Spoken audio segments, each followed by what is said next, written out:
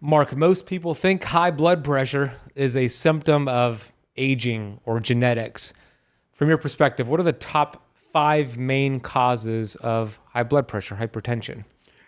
Well, I'm going to start by saying, first of all, Ben, aging is something that causes high blood pressure for most people. It's this idea of arteriosclerosis. We hear this hardening of the arteries, which is an age-related factor, but that's normally because the body's not getting the inputs it needs in order to keep the blood vessels where they would be optimally.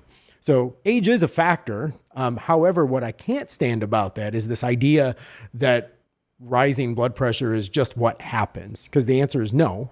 What happens to a car when you don't change the oil is the engine seizes up, but that doesn't mean that the engine seizing up is normal for a car. It's normal if you don't take care of it and provide the input it needs. So this idea that this is just normal is offensive to me. Honestly, I can't stand that. So yeah, do I believe that aging is a related factor in hypertension? Sure.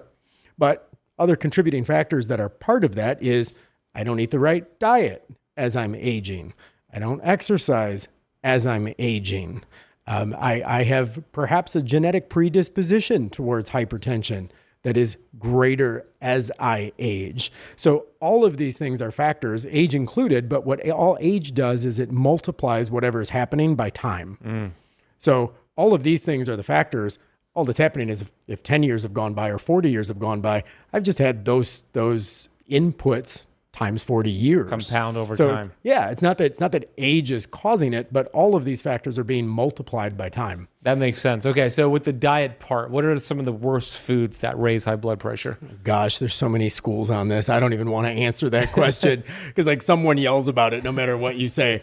I would argue and say that people who are like, oh, don't do fat, so on and so forth, I would argue and say, no, that's not accurate. As a matter of fact, that's not causing the problem. In fact, healthy fats are helping the problem if you're not compounding it with 1,000 other things.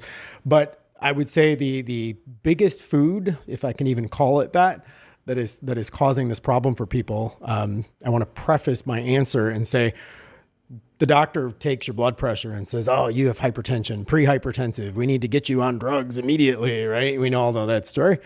Go to a low sodium diet. Yeah, that's the common method. Right. It's almost prescriptive that you need to go on low sodium. And I'm like, well, that's interesting because biologically your body can't actually have too much salt because too much salt in the body ends up just getting discharged in your urine, right? Like it's going to go away. The only time that you have a sodium increase in your body measurably is when you've intaken too much sugar.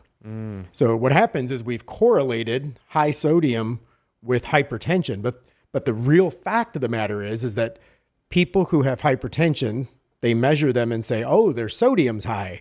This is what's causing the problem. It's like, no, their sugar intake is high and the body is retaining sodium to balance out the amount of sugar that the person is taking in. Fix your sugar problem and you fix your sodium problem and you don't have to eat weird. But the reality is we've correlated sodium with high blood pressure when in fact high blood pressure is usually I'm not going to say usually, I'm always careful to diagnose here, but high sugar intake will cause you hypertension. Yeah. And people don't make that connection because there's this, I'm going to just call it cultural knowledge that we've all just taken in, right? It's just the things that we've heard so much that we believe they're true without challenge. And I think that's one of them. I agree. He's spot on, Mark, because first of all, don't blame the salt for what sugar did, to your point. When we have high levels of blood sugar because of high carbohydrate, processed foods, we obviously raise blood glucose and that lowers nitric oxide. Also true. It strips it and then it creates vasoconstriction, which for those who don't know, your heart has to pump harder because of the narrowing of the arteries, which causes your blood pressure to go up because your heart is pumping harder. You got a kink in the garden hose. Perfect analogy. And that's not the salt, it's the sugar. It's not the burger, it's the bun. 100%. So don't be afraid of salt. Now, you mentioned there are some people who have certain genetics that are like sodium sensitive. I'm actually one of those people. I'm sodium sensitive. And when I have too much, even though it's not the actual sodium that raises blood pressure, there's a subset of people that have certain genes that it can happen. But that is very rare. For the majority of people, it's not that. It's your nutrition. It's the sugar. It's the processed carbohydrates. It's the bad fats, the inflammatory foods. So don't be afraid of salt. As a matter of fact, you want healthy salt. Correct. You're going to feel great that way. You mentioned exercise and the lack of exercise. You said especially as you age. How is that leading to hypertension? I'm going to say two things to that. And then one is, and I'm glad you said the type of exercise, because not all exercise is created equally. Yeah. And the biggest thing that happens with people who have hypertension is that they immediately want to do things like run. I should probably take up walking or running and so on and so forth. Those are good things. I'm never going to tell somebody not to go walking or not to go running. But there is something to be said for people who are involving themselves in aerobic exercise. And aerobic exercise doesn't necessarily solve the problem. In fact, if you're dealing with high blood pressure, aerobic exercise actually increases heart rate and can actually lead to more stress, right? Like my blood pressure goes through the roof when I'm running. Like that's not surprising. That's actually part of the deal. But you're strengthening your heart, but you're not solving the blood pressure issue. So there are specific types of exercise that are much better for blood pressure, such as like isometrics. In fact, even weight training. But isometric specifically is actually a better form of exercise as opposed to doing cardio. So isometrics, some examples of that would be like farmer's carries, hanging from a pull-up bar, or give me an example of Yeah, so I always use the example, and people don't understand isometric specifically because it is not a talked about form. Like we consider eccentric versus concentric movement, right? So a sit-up, and when I go up on the sit-up, I'm contracting a muscle group. That's concentric movement. When I lay back down from the sit-up, that's eccentric movement. It's the extension of the muscle. So the muscle constricts, constricts. I'm going to find my words here. It constricts and then it expands. Isometric is literally the opposite of that. It is holding a muscle in an equal measurement, like a plank, for a period of time. It would be the plank to a sit-up. So sit-ups are up and down, up and down. Plank is holding it exactly in the same space for whatever period of time. Now, the ideal time for a plank is actually 2 minutes. I don't know if you know that. Can you do 2 minutes? Oh, yeah. Yeah. And it's like after the 2 minutes, you start getting a declining, diminishing. I didn't know return that. on Yeah, 2 minutes is like the perfect plank. So don't go beyond 2 minutes. You can, but you'll get some diminishing returns. You've already gotten what you were getting out of it. And when you say plank, are we talking about like a full plank with your hands on the ground, or a half plank with your elbows and forearms? Either one. Either one's good. Because the full plank is easier than at least for me. I actually like a forearm plank better. That's easier for you? Yeah. I guess it depends on the person. Funny? Yeah, actually, I've got a weak left shoulder, so it's like actually a high plank is actually harder for me to hold than a forearm Interesting. plank. For me, it's the opposite. That's funny. What about like burst training, like sprinting, basketball, pickleball? You said you play volleyball. These burst training, is that beneficial for high blood pressure? Any kind of performance training is good, but what you're doing is you're just strengthening the heart at that point, right? Like any kind of, I would rather, like when I run, a lot of people just like do the jog, and it's like I actually do intervals. So I'll do the run 2 minutes, walk a minute, let the heart go up. And then just as the heart starts to go to a point of exhaustion, bring it back down, go back up, bring it back down. It's very similar to like HIIT training. A lot of gyms are into HIIT training now, where you're doing your 2 minute cycle of something, and then you get your 30 seconds off. Yeah. And then you go back to your 2 minutes. Very similar to that when you're talking about like running in intervals, but sprinting, literally to just do a 30-second to a minute sprint is better than a 15-minute jog. I agree. And even not just for blood pressure, but for fat loss too. Just for fat loss, for anything. Like it's a healthier form. And we can go back to that ancestral caveman kind of vibe, right? Like when did a caveman ever jog? Like that was never the thing, right? They sprinted. There was danger. Get away from the danger. And as soon as the danger's gone, stop. Yeah. Like that was an optimal form of movement. They walked a lot. Lots of walking. There was no reason to jog. Mark Sisson has a whole book about that. Born to Walk. He's correct. Mm-hmm. Do you have an Oura Ring? I do. So question on the Oura Ring app, they give you this this cardiovascular score. Where is it? It tells you your let's see. The age. Yeah, your age of your cardiovascular system. And this is not completely accurate, but it's giving you an idea. Here we go. It's called your cardiovascular age is below your, I'm reading what it's saying to me, but it's under heart health, and it gives you your cardio capacity, your cardiovascular age based off of your sleep, your heart rate variability, your resting heart rate. Mine says 14 years younger and cardio capacity high. I'm looking mine up. I'm wondering if you put much value into this. I would love for it to be super valuable because mine's showing 14 years younger, but I'm wondering if this has any validity to it. It's under the first homepage here. When you hit more under the heart rate, yeah, you'll see it there. Yep, mine shows 12 years younger. Okay, that's good. Used to be better. I'm not gonna lie. That's still pretty damn good. I think I've aged a little. If you have an Oura Ring, you could find it on the homepage under your heart rate. Hit the more button. It'll be heart health. Yeah, mine is actually showing bad because my HRV, I've been traveling for like the last 2 weeks. That'll tank the HRV. Yeah, my HRV was like single digits for the last couple of days. Oh my gosh, dude. Yeah. Oh yeah, it was. That only gets like that when I'm super sick for me. Yeah, it was so bad. And my HRV tends to run low anyways, interestingly enough, which again, HRV, for those watching, having a low HRV is not necessarily terrible as long as it's consistently that way as opposed to spiking up and down. Find your baseline. Find your baseline. Make sure it doesn't drop below the baseline. Yeah. Measure against your baseline. Don't measure against everybody else's baseline. Correct. But yeah, I dropped into single digits. So I'm sure that's why it's yelling at me right now. Still pretty good at 12 years younger. Totally. So we have nutrition as a big part here. Don't be afraid of salt. High quality salt is great. It's the sugar, it's the glucose spikes, the insulin. Healthy fats are good for you. Exercise is important, but the right type of exercise, burst training, anaerobic, isometric holds.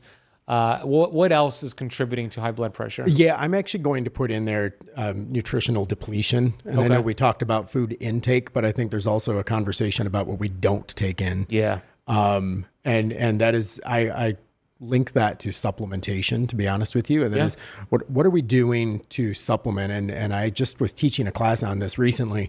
And the conversation was in terms of supplementation.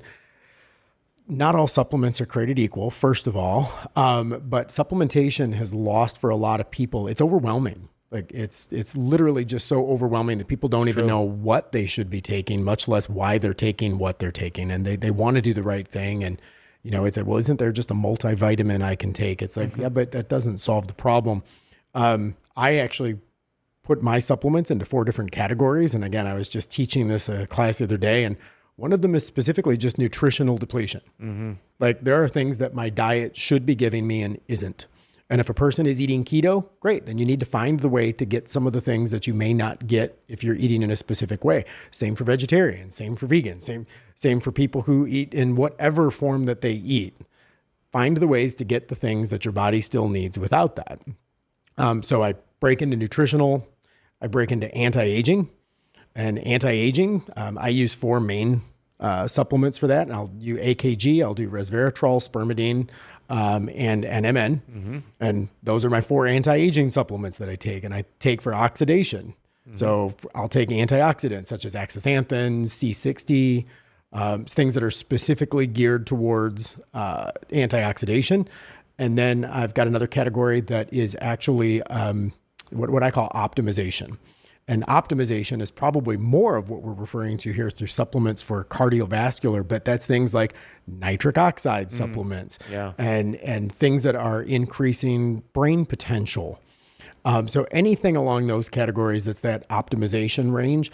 But I do believe that a lot of it is a nutritional depletion. Like people just aren't getting what they should be getting. Like a carrot today is not the same as a carrot 50 years ago, is not the same as a carrot 100 years ago. And that's soil depletion. That's the length of time that a food that it's getting transported to the store where you're buying it. Like when was it pulled out of the ground? And you don't know that. It is obviously things like, glyphosate. Yeah, all the chemicals that are being sprayed on there. So there's so many things going into that. And not to mention even the fact that even at farms, like they're not giving the soil a break.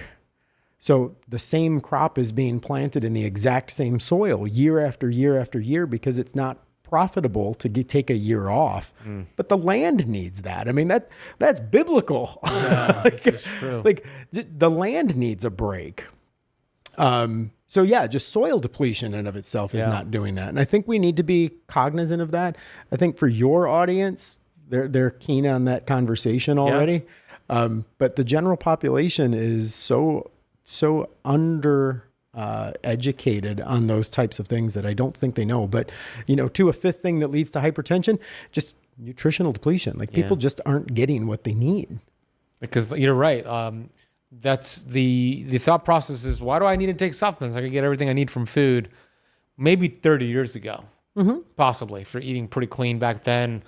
But the soils, the crops, it's a very different ball game. The nutrient qualities are depleted compared to 20, 30 years ago. Yeah, but according to USDA standards, to support your immune system, the way that you're immune, just the immune system, nothing else, every single day you would need to be eating 5 ounces of salmon, an entire cup of spinach, 2 oranges, and like 8 avocados or some ridiculous number. And it's like, no one's eating that. No. Not to mention every day. Yeah. You know, and that's just the part that, first of all, it sounds like a disgusting meal, let's be honest. I was thinking of that all together.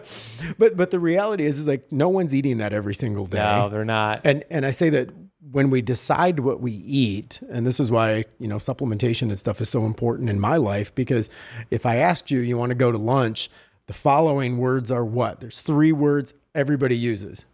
What sounds good? Like, why does the sound of something control what I'm going to eat today? Yeah, that's true. Because it's based on a craving. It's based on, you know, Taste. probably a microbiome, you know, urge that wants me to eat something because my gut knows I need something. But if I feed my gut enough of the bad stuff, it's going to keep wanting the bad stuff now. So now my urges are unhealthy urges on top of it. Like, I've never been like, hey, Ben, let's go grab lunch, right? Like, there's this great place down the road that has 5 ounces of salmon and a cup of spinach and 2 oranges. and 8 avocados. And 8 avocados and maybe 5, you know, mussels or something. Who knows? Like, we don't eat like that. Yeah. And if we're not going to eat like that, and admittedly, we're not, then we need to make sure that we're at least getting the nutrition we need. Yeah, I agree. And I you know, if you look at my pantry, it's like the vitamin shop. I have a whole bunch of supplements, and I use them cyclically. I have a blood pressure cuff here, and I test my blood pressure pretty consistently. I'm just curious to see what certain caffeine, food, and stress, and whatever it is does to my blood pressure. And supplements have helped lower it, like vitamin E, magnesium, potassium. But when I started using the Zona, I started to see a huge difference over time. And we'll get to this incredible technology to help lower blood pressure as a great alternative to medication and even taking a whole bunch of supplements. But before we get there, there's one more thing I wanted to add to the conversation on what leads or increases hypertension. Yeah. Antiseptic mouthwash.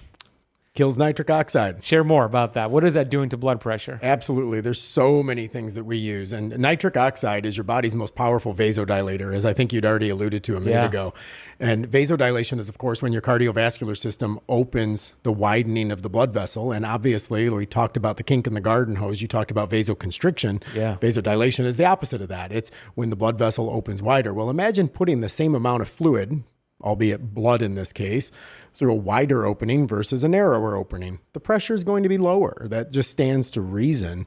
Nitric oxide is your body's best vasodilator. In fact, a lot of people, and I'm going to go one step further from that and say specifically for women, estrogen is an incredible vasodilator, which is why postmenopausal women typically end up, let me give you some stats here. Prior to the menopausal age, whatever that is for each woman respectively, because there's a window, but it varies. 55 on average or so. Yeah, somewhere in that range, but perimenopause starts sooner. Yep. So men are 3 to 1 more likely to have a cardiovascular event than a premenopausal woman. Because of the estrogen? Well, just in general. Okay. Post-menopause, women actually have a 60% more likelihood of having a cardiovascular event than men.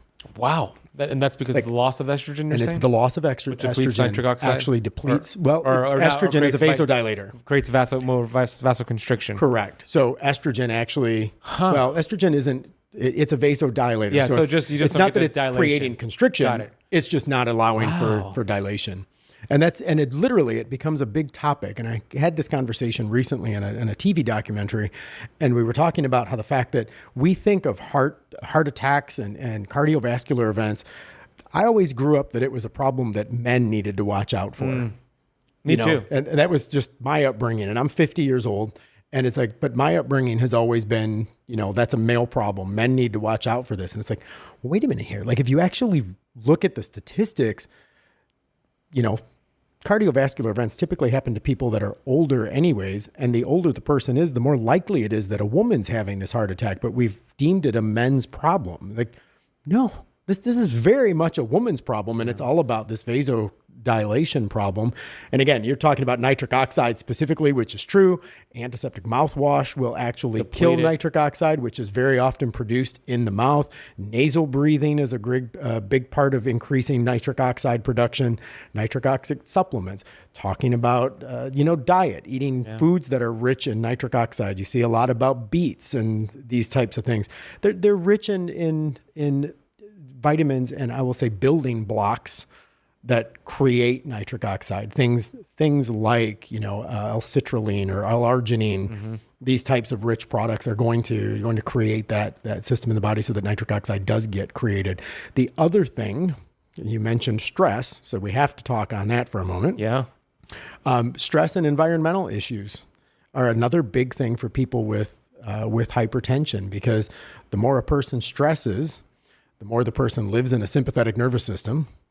And sympathetic nervous system is going to constantly create a high blood pressure situation because it's going to increase heart rate constantly. It's going to put your body in survival mode, and any of the functioning areas of the body that are not deemed necessary for immediate survival, they go on pause. And when that happens, we end up in that state, and being able to bring your body back to a parasympathetic or a rest and digest state actually leads to lower blood pressure, right? Yeah. So stress related to things obviously happens, and different people have different stresses that cause that. I laugh because, go back to our Oura Ring.